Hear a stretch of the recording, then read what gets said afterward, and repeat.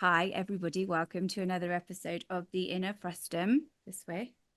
Today we have got the president of the performance paradigm, Kristan Bush, and also Jodi, our amazing head of Final Pixel Academy. I am Hanah Draper. I am the Chief Innovation Officer at Final Pixel, and we are here to talk about one of my favorite topics, how to make our industry more human.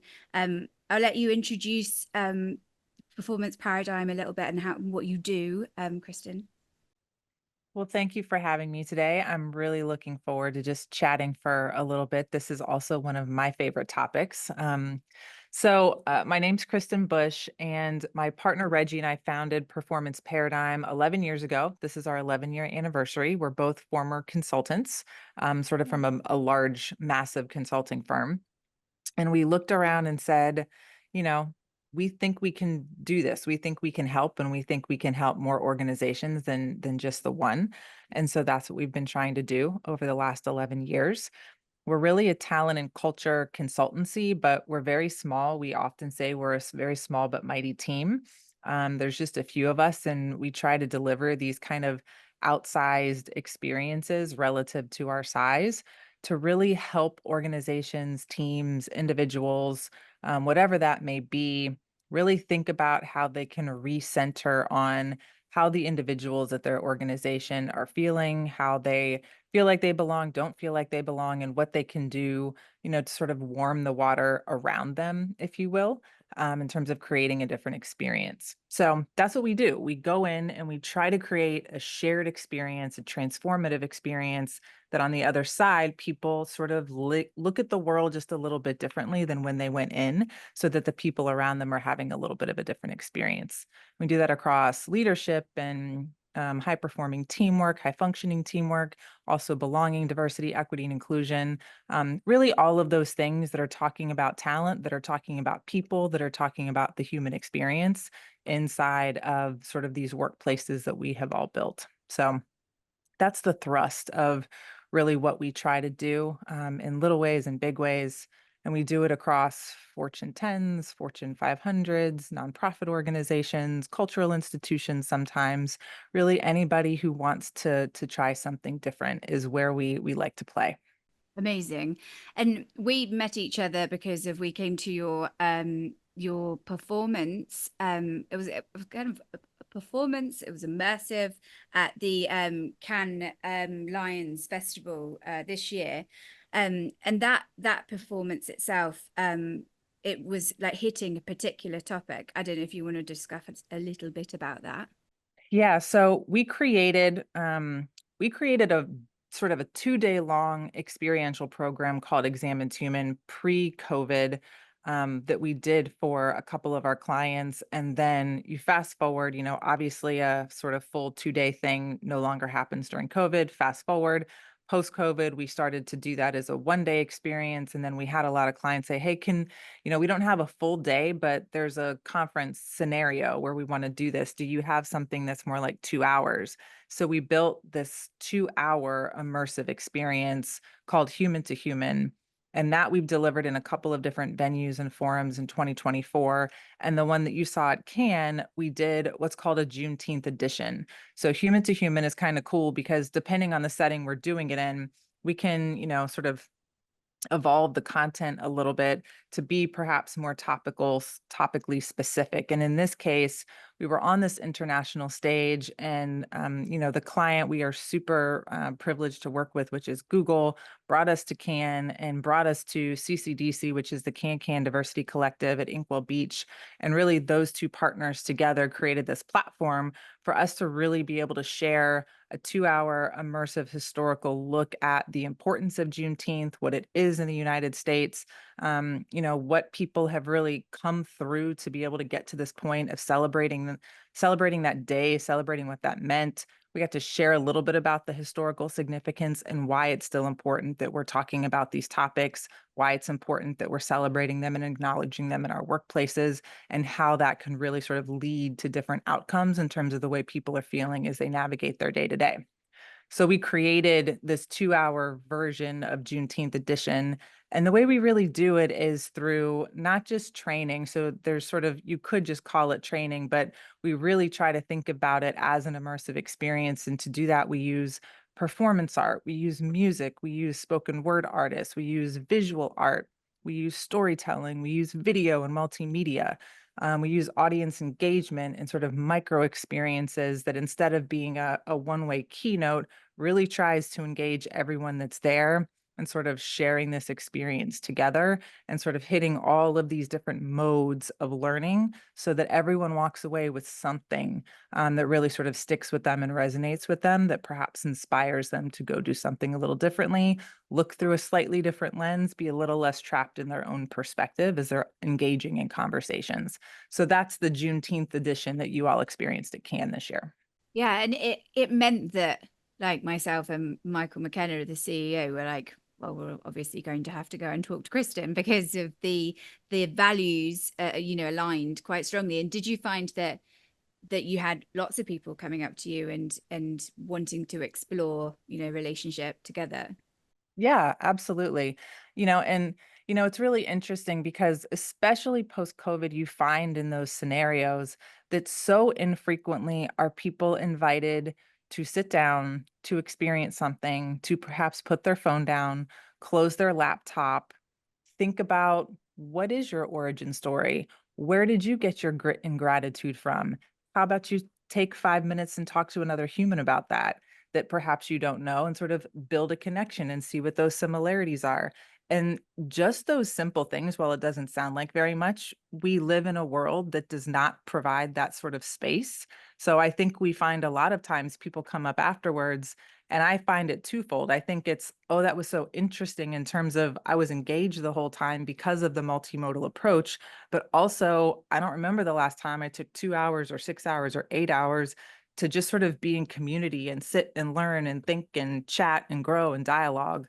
And that I think is the other thing that people come up afterwards and speak to us a little bit about is just that creation of space and how valuable and refreshing that can be. Often we talk about how, like, especially, can it was showcasing a lot of the technological advancements and how technology can create all of this opportunity, especially within advertising. um but we often talk about the fact that actually the human element of all of these things is as important, if not more important. And it's the balance between using new tech and also making sure that we're focusing on the human and the diversity that allows for a really enriched experience. So Jodi, she is part of the academy where we're teaching a lot of humans how to do the tech. What's your kind of opinion or perspective on how is best to do that? So we work across a lot of clients, a lot of industries, and are really privileged to see sort of big, really progressive, very well-resourced companies attempting to sort of do that, as well as sort of smaller startups or again, cultural institutions, nonprofits attempting to do these things as well. And it's really fascinating to look across and say the challenges are different or what we're trying to teach people is a little bit different, but exactly how it is the doors that we go through are kind of similar. So I completely agree with you on if you're not thinking about I mean, AI is obviously the example. How are we building and applying these AI tools to the way we work? Well, one, the training data, the fact that, we know that there's inherently biased training data that has to be fixed and worked through and problem solved.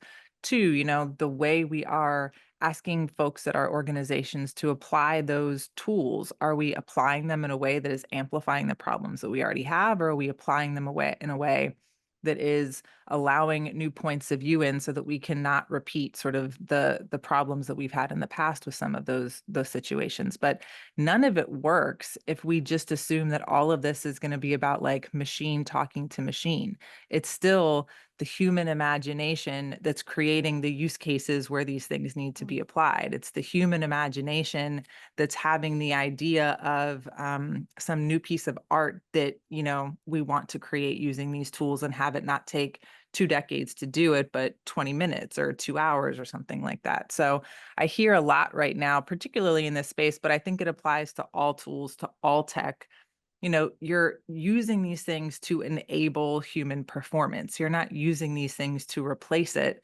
And in a world where we're actually using these tools and tech effectively, it should create more time and space for us to be humans with one another, for us to connect about the things that are not just the mundane drudgery of the work that everybody hates but has to do.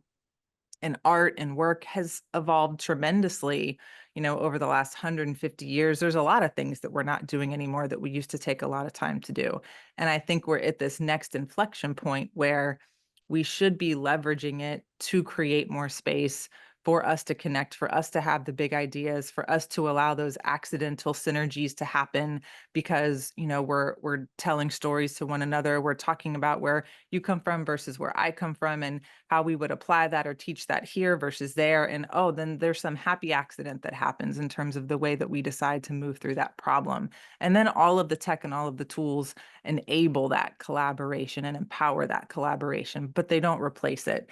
And I think the jury is still out, obviously, on exactly how all of this technological innovation is going to impact that. But certainly, in a utopian version, that's how it's happening. But of course, there's the other side of that as well that I hope we don't have to then come back because we've dipped so far down. Well, like, let's just let it do everything and let's sit in our silos and not engage with one another and sort of let the tech do its work. I mean, I hope that's not where we get, but I would love to see it enable us and empower us versus, be concerned that it's going to replace us because I don't think we have to go that direction if we make different decisions. That's it. And I think that we found that so when I talk about the technology that we're focusing on at the moment, so we use virtual production as a filmmaking approach to be able to, in short, shoot on location, but inside of a studio. And what that means is that we can put in the accommodations for people with accessibility needs. We're able to accommodate from lots of different parts of the process, not just the shoot itself, but the collaborators that come, into the initial stages, like the world building. We're able to, people can work remotely, so it means that they don't necessarily have to get to a certain place to do things.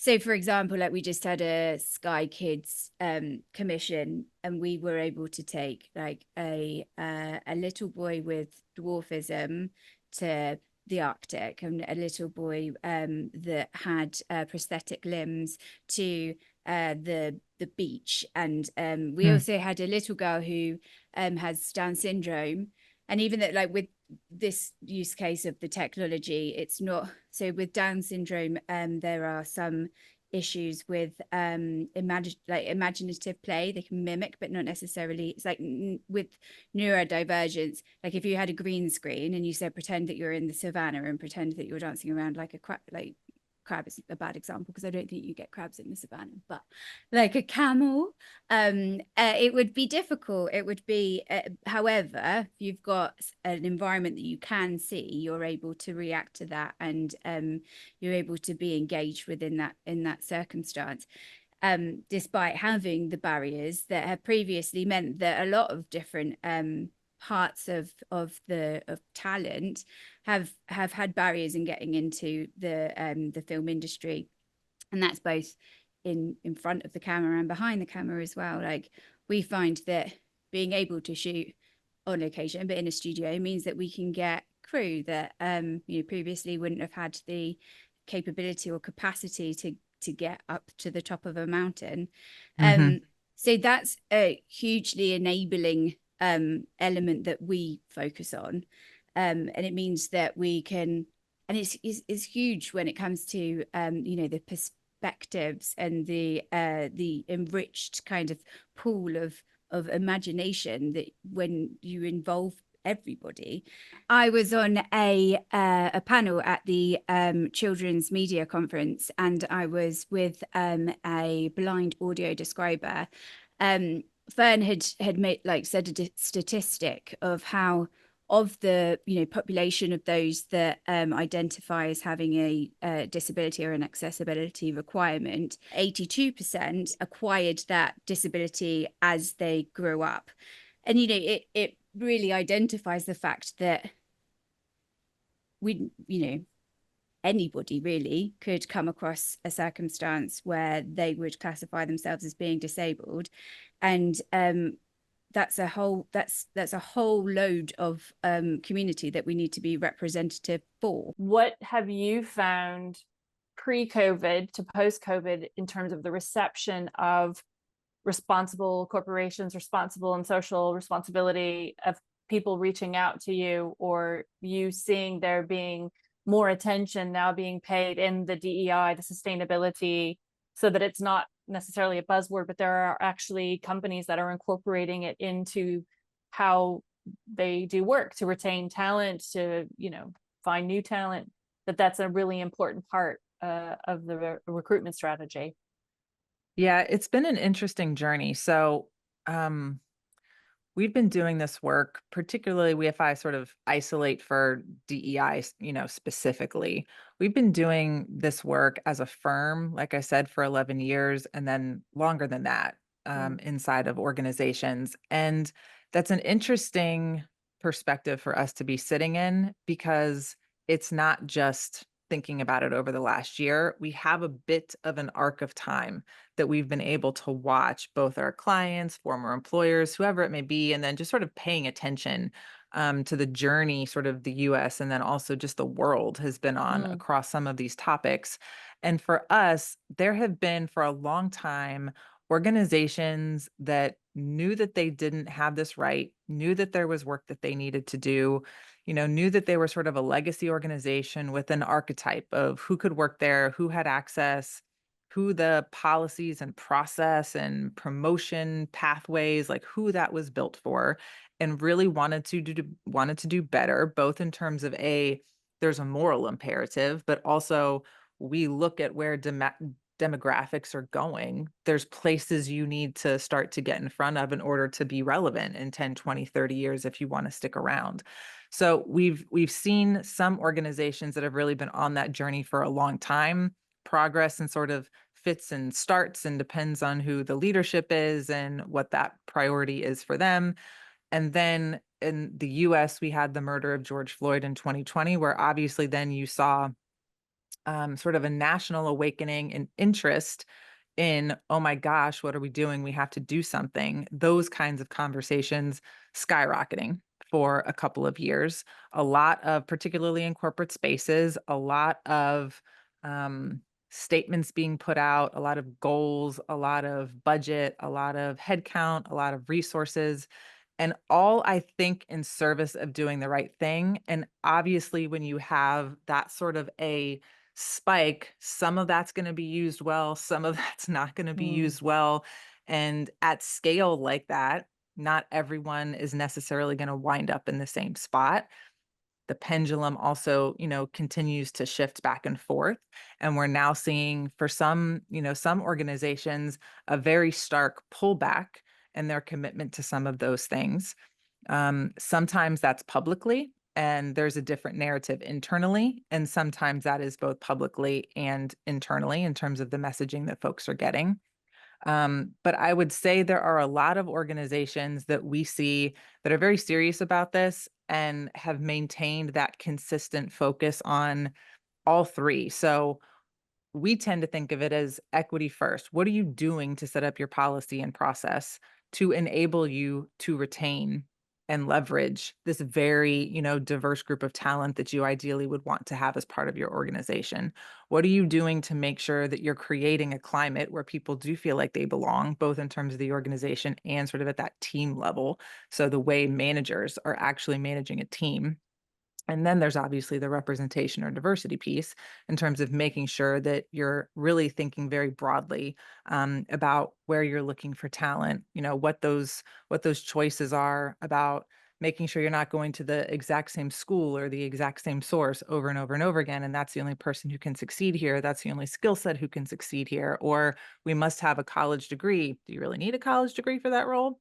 Maybe not. Let's broaden that pipeline a little bit. So doing all of those things. So that's all to say, there's a lot of organizations that are really continue to be very focused on that. And there's a lot of organizations that have chosen, for whatever reason, that that is not necessarily as important or a strategic imperative to them.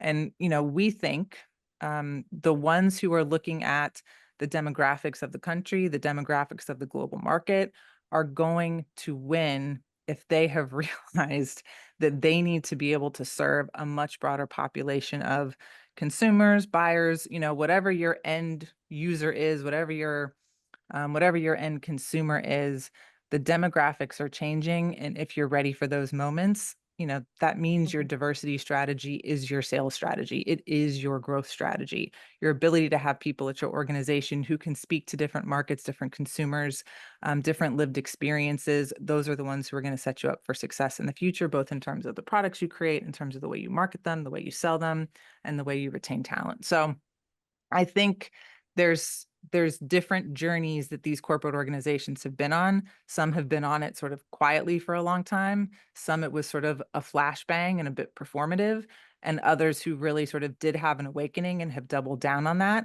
And we'll sort of see over the next couple of years, I think, where that trajectory takes us. But we are heartened to see that even with some organizations pulling back, a lot of organizations are very publicly doubling down and making sure that they are clear to their employees, to their stakeholders, to, their shareholders, that it's both the right thing to do and it's our growth strategy for the future. So this is the path we're going to stay on. I imagine post-COVID, with the way the whole business model shifted for remote workers and how employees were more empowered to call for those things, that also shifted a lot of corporations and businesses and the way that they look at themselves and how they operate in the industry. I mean, return to office has been a very real thing in terms of, yes, the balance of power, if you want to think about it that way, between sort of labor and management is sort of a very sort of simple way to think about it. And I think that is still happening. And the really interesting nuance to me is I think it would be great if we could sort of fully democratize most work and everybody has the option to work remotely. And that's a great scenario for everyone. And they can sort of be wherever it is they want, doing their best work. And perhaps there is some future where we're going to get there. I personally, Kristan's view of the world, I happen to think, one, we're not there yet for a couple of reasons. Two, if you have an organization, we have a client that is a car manufacturer. So you have really two totally different workforces in that situation. You have a workforce that can work from home, that is mostly doing professional computer-based jobs, and you have warehouse workers, and you have mechanics, and you have all sorts of people who do not have the option to work from home. And what does that do in terms of feeling, whether everybody's in that together? I don't know what the full answer to that is yet, but different companies are trying very different things to make sure that that feels fair for everyone. And I think then you also have just the reality of perhaps the tech will get there one day, but the reason things like examined human and human to human, I think, are so powerful is because you do go, oh, it is different when I'm sitting here in a room with another human being and I have the opportunity to see their full person and see their face and engage with them and shake their hand or do whatever it is in a live environment that we just can't fully replicate yet virtually. I think it allows us to do some of the tactical things and even some of like the basic getting to know you things much more effectively than what we used to be able to do on just a conference call, but it still doesn't fully replicate that full experience of being human. And we do see now, particularly in 2024 and moving into 2025, a lot of clients that are going back to, we're going to do a team offsite. We're going to do an in-person training. We're going to find those opportunities to bring people together so that they remember each other's humanity. And then for the next 6 months, while perhaps everybody is remote again, we sort of have that tensile strength that connects us as human beings. And over that 6 months, maybe that atrophies a little bit. And you go, oh, we need to bring everybody back together again to sort of recenter. So I think it's enabled us to shift to that model, but we do see people, I think, reaffirming it's not all just fully solved with all of these tools that we have, that there is something chemical and almost like ancient and mystical about us being together in rooms as human beings that can't quite be replicated. Yeah, absolutely. I think it comes down to the energy, doesn't it? It's the energy that, because we would have a completely different experience right now if we were sat around a table and we were in each other's energy and in each other's feeling each other's like personality as well. And would you say that that's like a similar theory goes to the kind of performance work you do? So when, like, for example, at Cannes, it was a very emotive, it was very dynamic, and there was elements of it that, you know, had a huge impact because of the way that they were delivered. That Can you tell us a little bit about like the theory behind some of the performance pieces that you do? Yeah. And yeah, I think it is that. I mean, you can certainly watch a video sitting at home of the same 2 hours that we did it at Cannes, and perhaps you do have a little bit of an emotional experience, and I would hope that would be true, but it's probably not quite the same thing. So there is sort of, to me, the double impact of, one, it's live and you're there experiencing it, and two, you're not just being talked at. I would also, so there's two things. One is what Reggie and I and our firm and our team really focus on are topics that are fundamentally about human connection and the human condition. So when we're working through those things with teams or folks, it's different than if we were saying, we're going to give you 2 hours on how to use Excel. Maybe that maybe that is more, can be just as effective, for example, in a virtual environment or in a self-paced environment.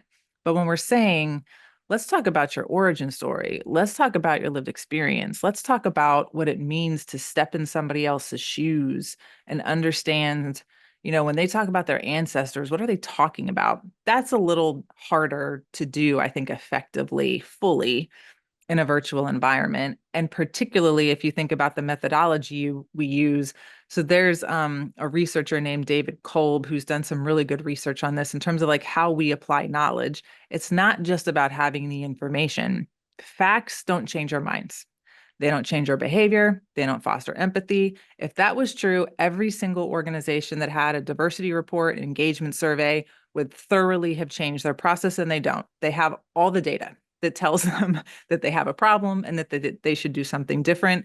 And very few of them actually do, or very few of them make choices that are sustainable that lead to different outcomes.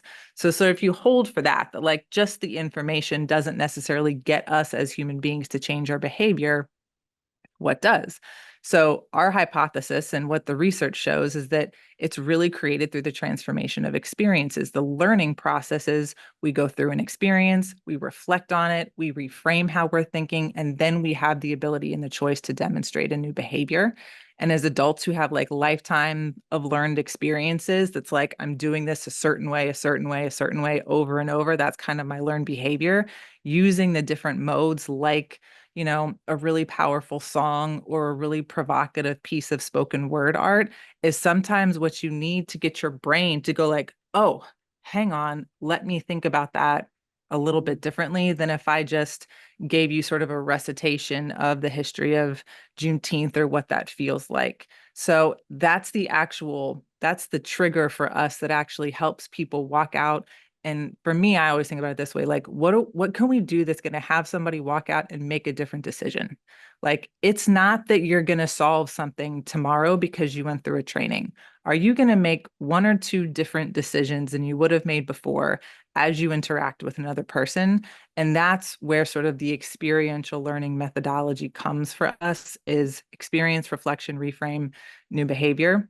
And it's what sort of drives us to create these performance pieces or curate particular art that we share in a very specific way, because we are looking to connect emotionally. We are looking to connect viscerally with people, to create that stickiness, to create that experience that causes them to go think just a little bit differently and have a new behavior.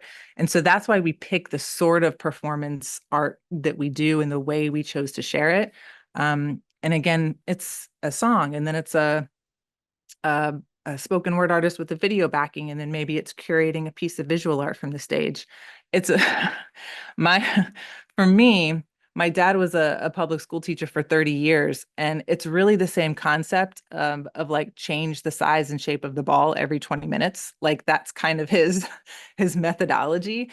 And that's, I think, similar to what we tried to do in these trainings is like, if that method didn't work for you, something else is going to happen in 10 or 15 minutes, and maybe that one will stick. And maybe that message told to you a slightly different way will stick. So that's sort of the rhythm for how we build and use the performance art as part of the methodology.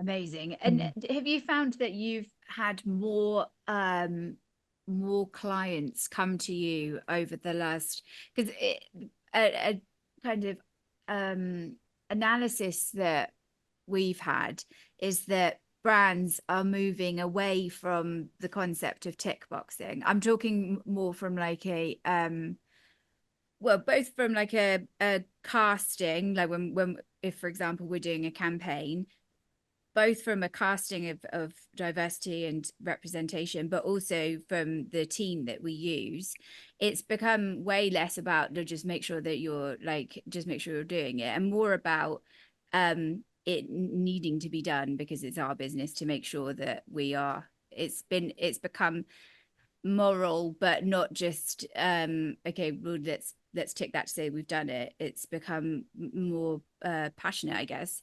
Have you found the same? I think so. Yeah, I think it depends. To me, it depends on, who you're talking about, what organization you're talking about. And to your point, how I think authentic their leadership is and their commitment to it, what that journey has been. For some folks, this is where like I try to come from a place of is not about blame, shame, and guilt. When we talk about diversity, we're talking about everyone. Like this is for everyone. This is about making sure everybody's voice gets heard. And so it's not about saying that you must do this. To your point, it's giving people the option. And the first part of that journey, if they've never really thought about it before, if they've never said, let me think beyond sort of the only way I've ever done this to thinking about this a different way, it's helpful sometimes to go like, let me run through a mental checklist of, have I thought about representation and casting? Have I thought about gender balance? Have I thought about accessibility? Have I thought about all of these things to give yourself a sort of a check, just an internal check. And I do think if you do that long enough, one, you start to run up against, oh, there's no way for me to actually check every box every time. Like it's not possible to have 100% representation of 100% of experiences in every single choice that you make. Like you are going to make a spot, for example, that perhaps features a Black family in the US. And that by sort of definition means that there's perhaps other parts of lived experience and realities that are not reflected there, but they're going to be reflected in the next one or the one 3 down from that or whatever the case may be. So you start to realize very quickly, you can't check all the boxes every single time. So it does force you to go, well, if that's not going to work, then I do have to think that much more macro about it. And I have to be that much more in touch with who are the right people helping me make these decisions, because actually I don't know enough about this particular lived experience in order to cast for that. And that's the story we want to tell. So I need to go talk to somebody who's going to help me bring the right folks in and make sure I have the right person behind the camera helping to sort of shape that story as it's told, et cetera, the right folks making sure that they're sort of marketing that and being very sort of culturally sensitive in the marketing that they're putting together for whatever that is. So I think starting with the check the box exercise very quickly lets you realize kind of how complex this is in a great way, and forces you to kind of expand that comfort zone and forces you to go talk to new people and forces you to bring other people in to make decisions, forces you to, get some other perspectives. And that's, I think, to your point, Hanah, where you start to realize, oh, well, this becomes the way I'm doing this. I'm asking for new perspective. I'm actively seeking new points of view. I'm making sure that we're not telling the same stories over and over. I'm making sure that different people are able to see themselves represented. And that becomes sort of a positive flywheel. So I think people can start there. And then to your point, it does grow. And just like anything else, it's practice. Like it really is practice. It's doing it. It's failing. We had one client, I think it's an example of what you're talking about. They were creating a spot They got really close to sort of shooting. They were very, very close to actually shooting it. And somebody came in and said, "Hey, there's some issues with this that I think we need to take a look at."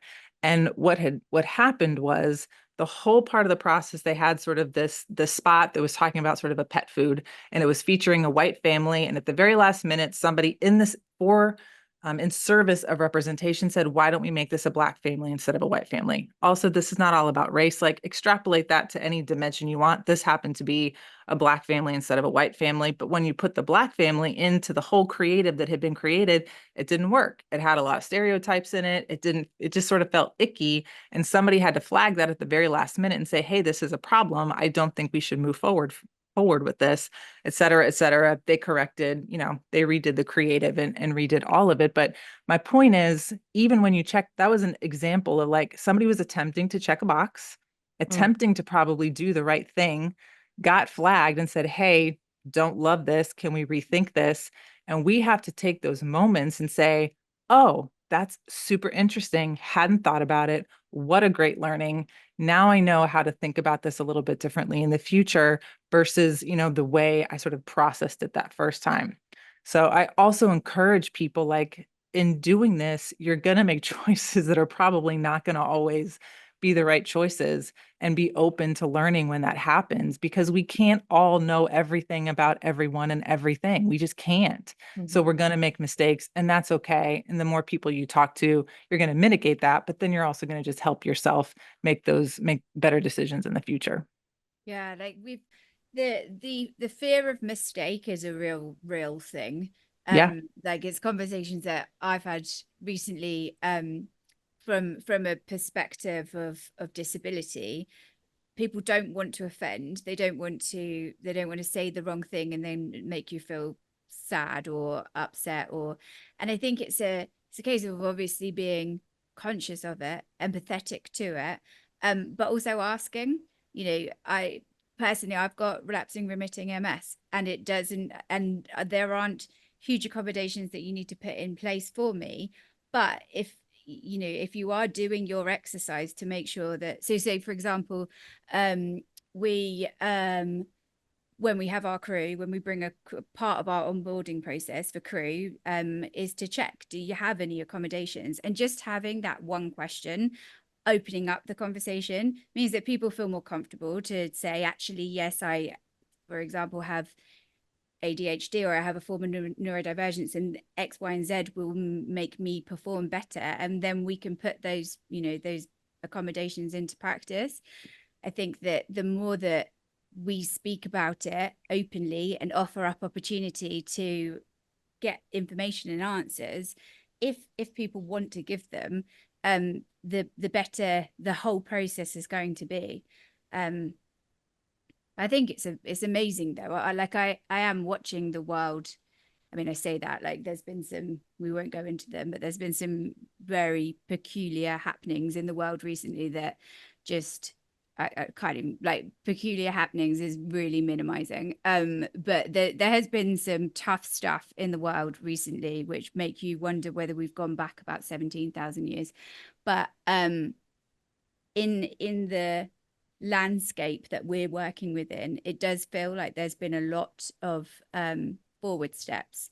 And I guess it's working out how we can emphasize those across many industries. Yeah. And I think you're right. Normalizing it is just a really powerful tool. If I think even about the conversations around mental health that no one was having 10 or 15 years ago, and how, folks starting to be brave and starting to, and entertain those conversations and be a little bit vulnerable and share what some of those things are. I think in a lot of places that's now, I mean, we still have a ways to go, but we're having much more conversation about that looks like, what people need, what balance looks like, what, to your point, if somebody needs an accommodation, whether it's physical, whether it's about, their mental health, whatever that looks like, those conversations are happening a little bit more frequently. And to your point, there's lots of ways to do that. And for where I like to see us go is it just gets normalized, and it's just a part of the way we work. It's a part of the way we do business. We're about to do if you're about to do a shoot and you're going to send out a Google form or something like that, and you're asking about people's food allergies, you ask about accommodations. Like there's lots of ways that, still protect people, that, don't invite them to share that in a public forum, and that invite you to then be able to reach out one-on-one and have that conversation and really just talk about it. So I think that's so important. And that's the skill that we really try to help managers with, because a lot of folks are promoted into positions of management or leadership, whether that's over a set, whether that's over a team in a corporate environment. And it's because of their technical skill or their competence technically that they then sort of find themselves in that management position. Very few people get sort of promoted into a management position because they have demonstrated mastery over emotional intelligence, team management. Like that's usually not what happens. So really helping managers learn how to have those dialogues, ask that question, not be afraid of it, and be open, just really actively listening. A lot of it's the basics, but I do think that's one of the downsides of our hyper connected world is we have sort of a generation that hasn't had as much practice or training engaging in some of those conversations, and really helping them through those first steps of the process helps us normalize it and helps us also create skill, with those folks who are responsible for leading others. And it doesn't have to be a manager of a 200-person team. I mean, if you're a manager of a project and there's 3 people, even if they don't report to you, but you have some sort of semblance of, responsibility for them, just being able to pick up the phone and say, hey, that was a little something happened today, just checking in, making sure you're okay, or putting reasonable accommodations on a form. Some of these are little things that we can do that can just be sort of baked into the way we do work. And I'm glad to see, I think to your point, we are taking steps towards that. A lot of work to do, but we are taking steps toward that. At least that's what we see. Yeah. So great. I think we've come to the end of our session, but it has been such a pleasure chatting with you about this. And I think we're going to be talking with each other much more in the future. It's so great. Is there anywhere that you want to highlight people can find Performance Paradigm that are watching the Inner Frustum? Great question. So we have a website, performanceparadigm.com. Reggie, who is my partner, has an Instagram. He has a podcast called the Care More Podcast that I think certainly we will return the favor and invite you all to be guests on the Care More Podcast. Examined Human, I think it's I'll get it to you. I think it's examinedhuman.com. It's not a .org. I think it's a .com. Gives you a little bit more information about that particular sort of programming and the experiential piece that we do. So those are a couple of spots you can find us.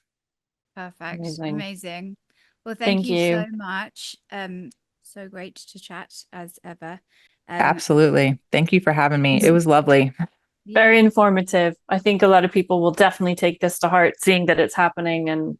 And so just thank you for your time. It's great. Yeah, absolutely. Look forward to continuing the conversation. Definitely. Amazing.